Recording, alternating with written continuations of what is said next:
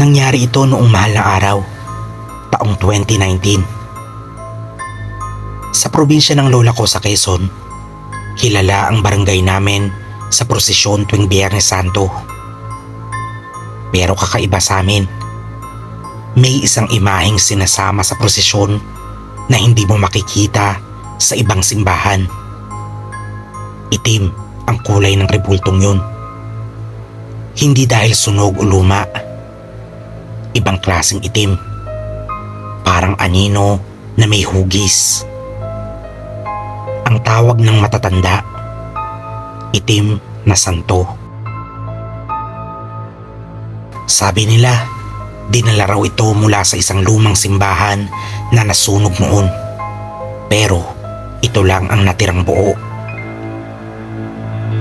Simula nun, tuwing mahal na araw, isinasama ito sa prosesyon. Pero may kondisyon. Bawal itong tignan sa mata. Seryoso ang mga taga-baryo. Pinapayuhan kaming lahat na yumuko kapag dumadaan ito. Noong taong yun, pinilit ako ng pinsan kong si Carlo na sumama sa kanya para mag-eksperimento. Gusto raw niyang tignan ng direkta sa mata ang rebulto para patunayan na wala namang nangyayari. Sa gitna ng prosesyon, habang tahimik ang lahat, tinignan ni Carlo ang itim na santo. Tumitig siya. Walang nangyari sa simula. Pero nung gabi, bigla siyang nilagnat. Nagsisigaw siya habang natutulog. Sinasabi niyang may mga mata daw sa dilim, na may boses na pabulong na paulit-ulit. Nakikita na kita. Nakikita na kita.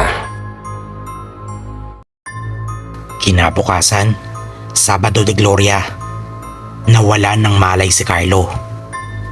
At nung linggo ng pagkabuhay, hindi na siya nagising pa. Tahimik lang ang pamilya. Hindi ipina-autopsy ang katawan. Ang sabi ng lola ko, kinuha siya. May napunit daw na kasunduan.